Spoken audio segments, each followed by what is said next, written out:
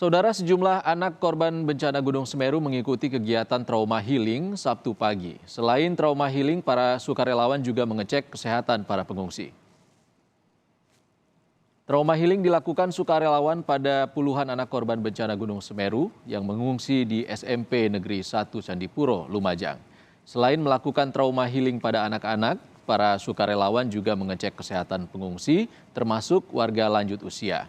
Obat-obatan diberikan pada pengungsi yang sakit. Saat ini, posko pengungsian SMP Negeri 1 Candipuro terdapat 301 orang pengungsi. Di sini kita berikan sebuah edukasi, gimana edukasi bermain. Awalnya dia menjadi orang yang tak ketakutan dengan terjadi gerakan gempa yang menimbulkan gunung meletus. Jadi kita arahkan ya edukasi lewat belajar, lomba, bermain agar mereka kembali seperti semula. Informasi kondisi warga terdampak bencana Gunung Semeru di pengungsian. Kita sapa jurnalis Kompas TV, Niputu Trisnanda di Desa Penanggal, Kecamatan Candipuro, Kabupaten Lumajang, Jawa Timur. Selamat siang Putu. Putu, sudah sepekan bencana Gunung Semeru, apa bantuan yang saat ini paling dibutuhkan para pengungsi di sana? Ya, Isan, bantuan yang paling dibutuhkan tentu saja rumah ataupun juga hunian tetap. Karena memang setelah satu pekan berada di pengungsian, warga ini meskipun bantuan terus berdatangan setiap harinya, distribusi bantuan juga terus dilakukan, upaya-upaya pemenuhan ataupun juga hunian sementara di tenda-tenda ini juga terus disiapkan oleh Kementerian Sosial dan juga kementerian dan lembaga yang lain. Tetapi harapan utama yang kemudian diharapkan oleh para pengungsi adalah memiliki rumah untuk tinggal ataupun juga hunian tetap. Tadi juga kami berbincang dengan beberapa orang pengungsi yang menyebut bahwa sebetulnya selain huniannya, mereka juga berharap mendapatkan barang-barang yang kemudian bisa digunakan untuk beraktivitas nanti ketika sudah mendapatkan rumah tersebut, seperti misalnya kompor, kemudian alat-alat masak, dan juga kebutuhan-kebutuhan lain seperti kasur dan lain sebagainya. Untuk memperlihatkan bagaimana situasi ataupun juga kondisi terkini di pengungsian yang tepatnya berada di Dusun Penanggal di Lumajang, Jawa Timur, juru kamera saya akan menunjukkan kepada Anda, Isan, dan juga pemirsa yang ada di rumah, begitu bagaimana situasi saat ini. Memang selama satu pekan ini hampir seluruh pengungsi yang ada di sini memilih untuk tetap tinggal di posko Penanggal karena memang sebagian besar bahkan hampir 80% pengungsi yang ada di Desa Penanggal ini tinggal di kawasan ataupun juga daerah-daerah terdampak dan tidak memiliki keluarga ataupun juga kerabat di dusun-dusun yang lain.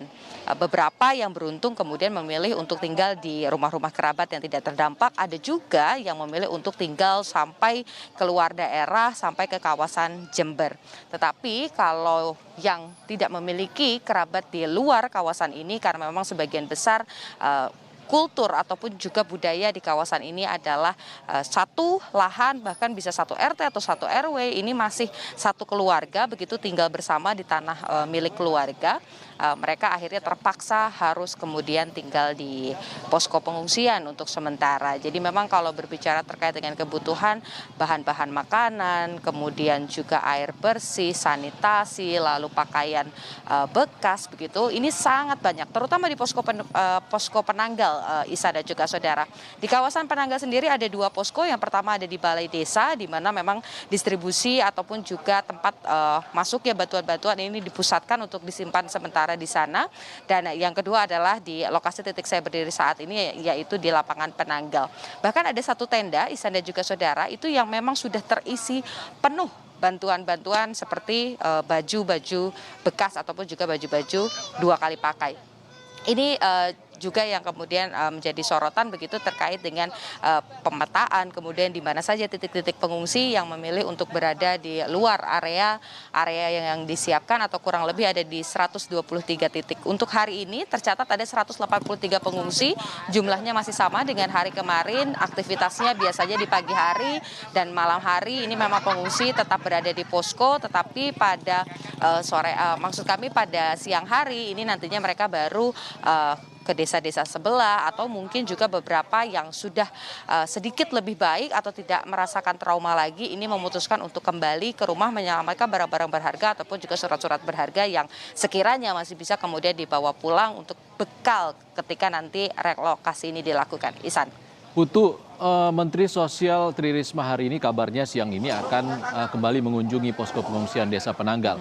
Lalu apakah sudah ada informasi apa yang akan jadi sorotan dalam kunjungan Mensos kali ini? Ya, Ihsan, sesuai dengan ranahnya tentu saja ini berkaitan dengan bagaimana kondisi pengungsi, kemudian kebutuhan-kebutuhan. Karena kalau untuk di lapangan Penanggal sendiri ini memang menjadi posko utama dari Kementerian Sosial. Setidaknya ada lebih dari 8 sampai dengan 9 tenda atau bisa dibulatkan ada 10 tenda dari Kementerian Sosial yang dibangun di lapangan ini. Dan juga tadi disampaikan bahwa nanti sekitar pukul 12 tepatnya, karena saat ini masih dalam proses perjalanan, tadi sekitar 45 menit yang lalu masih berada di kawasan Probolinggo. Nanti Risma ini akan datang untuk kemudian memberikan bantuan kepada pengungsi yang kemudian ada di wilayah ini, dan nanti secara simbolis juga akan diberikan bantuan untuk pengungsi-pengungsi lain, pokoknya yang terdampak di kawasan Lumajang begitu. Dan selain itu juga kunjungan ini untuk memastikan apakah kalau kita berbicara terkait dengan Kementerian Sosial, memang ada beberapa direktorat-direktorat di bawahnya, tidak hanya soal bagaimana penyediaan kebutuhan sehari-hari, tetapi juga terkait dengan trauma healing. Untuk di posko ini sendiri sebetulnya dari hari kedua setelah ataupun juga pasca guguran awan panas ini, awan panas guguran maksud kami dari Gunung Semeru ini meluluh lantahkan sejumlah dusun yang ada di kawasan Lumajang. Ini tim trauma healing dari Kementerian Sosial, kemudian juga bekerja sama dengan Kementerian PPA, Perempuan dan Anak, ini juga sudah turun ke lokasi. Teknik-teknik yang disampaikan pun juga beragam, tidak hanya pendampingan secara psikologis saja, kemudian juga pendekatan secara keagamaan, tetapi juga ada pendekatan khususnya untuk anak-anak, ini disampaikan dengan cara-cara bercerita, bermain, supaya anak-anak ini juga mengerti, selain bisa sedikit mengurangi rasa trauma ataupun juga kesedihannya, mereka juga diharapkan setelah mendapatkan informasi-informasi tambahan terkait dengan mitigasi bencana ketika nantinya mereka menghadapi situasi yang sama, entah itu bencana vulkanik ataupun juga bencana-bencana hidrologi lainnya begitu, ataupun bencana-bencana dalam bentuk apapun, ini diharapkan juga anak-anak ini mengetahui apa yang harus dilakukan. Misalnya pertama, ketika mereka terpisah dengan orang tua, apa yang kemudian harus dilakukan, siapa yang harus ditemui. Lalu ketika dalam kondisi-kondisi tertentu, gempa bumi ataupun juga ada guguran awan panas, apa yang harus mereka lakukan. Hal-hal ini disampaikan dengan teknik yang berbeda, yaitu dengan menggunakan cerita-cerita ataupun juga dongeng. Biasanya itu dilakukan pada sore hari ataupun juga malam hari setelah anak-anak ini melakukan proses keagamaan. Bagi yang Muslim mereka akan mengaji, kemudian bagi yang Kristiani nantinya ataupun juga Nasrani ini nantinya akan juga menyampaikan doa-doa. Memang mayoritas di kawasan ini beragama Muslim, sehingga biasanya dari pukul 6 sampai dengan pukul 7 ini mereka akan melakukan pengajian terlebih dahulu, baru sebelum tidur mereka mendapatkan proses ataupun juga treatment trauma healing berupa dongeng dan juga cerita.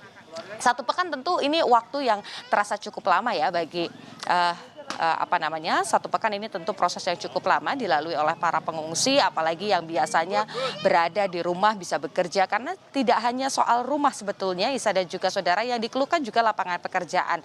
75% pengungsi yang ada di sini ini merupakan petani, tidak hanya di posko Penanggal saja, tetapi di beberapa posko yang lain, kemudian di kawasan Sumber Mujur begitu yang tinggal di rumah kerabatnya, ini juga merupakan petani. Dan berdasarkan informasi tersebut, ketika kemudian rumahnya ini diluluh lantahkan oleh guguran awan panas guguran, lahan-lahan pertanian mereka pun juga ikut menjadi korban. Bahkan sebagian besar ini gagal panen, sehingga ketika nantinya direlokasi, harapannya juga yang utama adalah adanya lapangan pekerjaan yang bisa digunakan ataupun juga dilakukan oleh mereka. Sehingga ada 2 poin, mendapatkan rumah hunian tetap untuk mereka tinggal secara aman dan nyaman. Yang kedua adalah lapangan pekerjaan supaya para pengungsi ini juga bisa tetap melanjutkan hidupnya untuk bertahan. Ihsan, kembali ke Anda di studio.